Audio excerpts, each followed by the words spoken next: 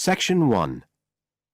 You will hear a man, Martin Hill, phoning an estate agent in order to find some accommodation. First, you have some time to look at questions 1 to 3.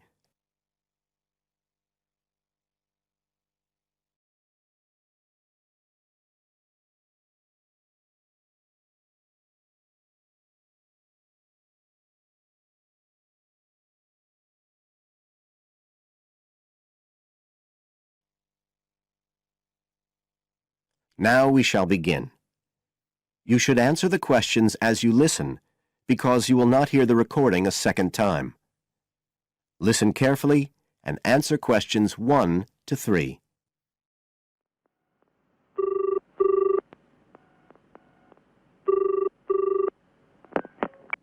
Hello, Brindle's estate agents here.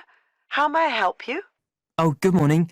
I'm ringing to see what flats you have for rent at the moment. Right. Can I start by just taking your name, Mr. Hill. Martin Hill. Right. And are you looking for a flat for yourself or, a family, perhaps? Well, it's for 3 of us, myself and 2 friends. We're going to share together. I see. What about employment? Are you all students? Oh, no, we've all got full-time jobs. 2 of us work in the central bank, that's Chris and me, and Phil, that's the other one, is working for Hallam Cars, you know, at the factory about 2 miles out of town. I'll put you down as young professionals then. And I suppose you'll be looking for somewhere with 3 bedrooms? Yeah, at least 3. But actually, we'd rather have a 4th room as well, if we can afford it, for friends staying over and stuff. Is that with a living room to share, plus kitchen and bathroom? Yeah, that sounds good. But we must have a bathroom with a shower. We don't mind about having a bath, but the shower's crucial. OK, I'll just key that in. And are you interested in any particular area? Well, the city centre would be good for me and Chris, so that's our first preference. But we'd consider anything in the west suburbs as well, really. Actually, for Phil, that'd be better, but he knows he's outnumbered. But we aren't interested in the north or the east of the city. OK, I'm just getting up all the flats on our books.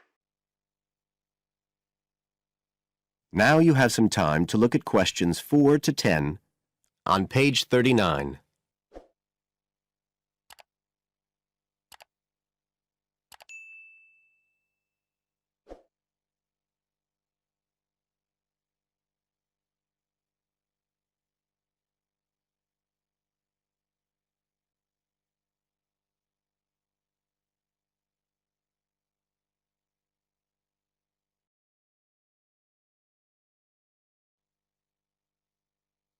Now listen and answer questions 4 to 10.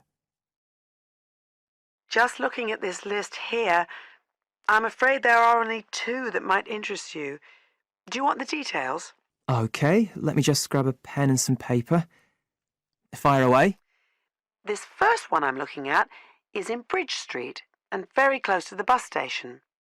It's not often that flats in that area come up for rent. This one's got 3 bedrooms, a bathroom and kitchen, of course, and a very big living room. That sounds a good size for you. So what about the rent? How much is it a month? The good news is that it's only £450 a month. Rents in that area usually reach up to £650 a month. But the landlord obviously wants to get a tenant quickly. Yeah, it sounds like a bit of a bargain. What about transport for Phil? Well, there'll be plenty of buses, so no problem for him to use public transport. But unfortunately there isn't a shower in the flat. And that location is likely to be noisy, of course. OK, what about the other place? Let's see. Oh, yes. Well, this one is in a really nice location, on Hills Avenue. I'm sure you know it. This looks like something a bit special. It's got 4 big bedrooms and, there's a big living room. And, oh, this'll be good for you, a dining room. It sounds enormous, doesn't it? Yeah, it sounds great. That whole area is being developed, and the flat's very modern, which I'm sure you'll like. It's got good facilities, including your shower, And of course it's going to be quiet, especially compared with the other place. Better and better. But I'll bet it's expensive, especially if it's in that trendy area beside the park. I'm afraid so. They're asking £800 a month for it. Whoa! It sounds a lot more than we can afford. Well, maybe you could get somebody else to move in too. I'll tell you what. Give me your address and I can send you all the details and photos. And you can see whether these two are worth a visit. Thanks, that would be really helpful. My address is flat 5.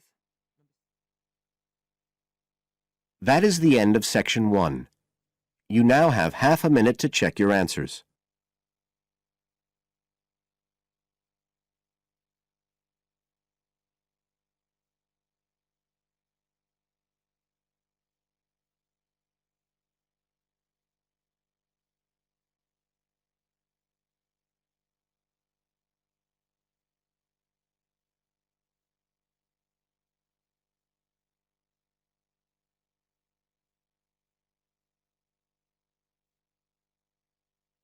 Now turn to Section 2 on page 40.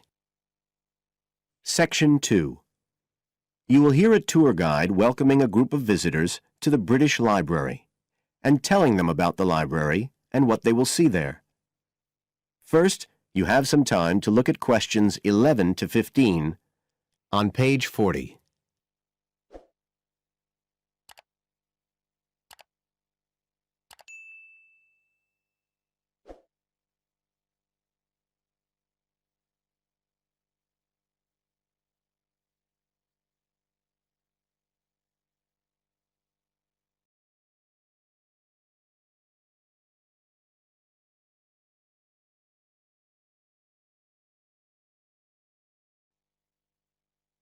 Now listen carefully and answer questions 11 to 15. Good afternoon, ladies and gentlemen, and welcome to your very own tour of the British Library on this lovely afternoon. My name is Tony Walters, and I'm your guide for today. Could I please see your tickets for the guided tour? I'd also like to remind you that any tickets bought today do not include a visit to the reading rooms. I'm afraid we don't do visits on Fridays, or any weekday during working hours, so as not to disturb the readers. But if you do want to see those rooms, the only day there are tours is on Sundays. So, I don't want anyone to be disappointed about that today. OK? Thank you. Right, we'll start with a brief introduction. As many of you know, this is the United Kingdom's National Library, and you can see that this is a magnificent modern building. It was first designed by Sir Colin St. John Wilson in 1977, and inaugurated by Her Majesty the Queen more than 20 years later in 1998. As you can see, the size is immense, and the basements alone have 300 kilometres of shelving, and that's enough to hold about 12 million books. The total floor space here is 100,000 square metres, and, as I'll show you, the library houses a huge range of facilities and exhibition spaces. And it has 1,000 staff members based here in the building. So, you can appreciate the scale of our operation.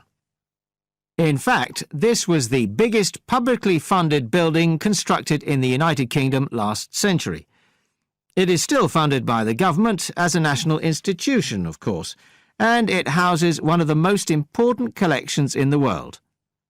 The different items come from every continent and span almost 3,000 years. The library isn't a public library, though. You can't just come in and join and borrow any of the books. Access to the collections is limited to those involved in carrying out research. So it's really a huge reference library for that purpose, and anyone who wants to consult any materials that are kept here can formally apply to use the library reading rooms. You now have some time to look at questions 16 to 20 on page 41.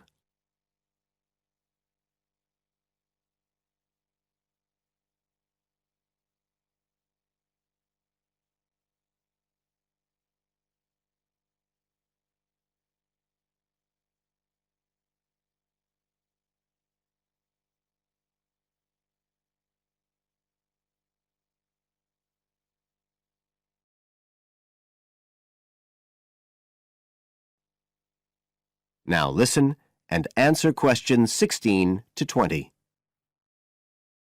Right. Well, here we are, standing at the meeting point on the lower ground floor, just to the right of the main entrance.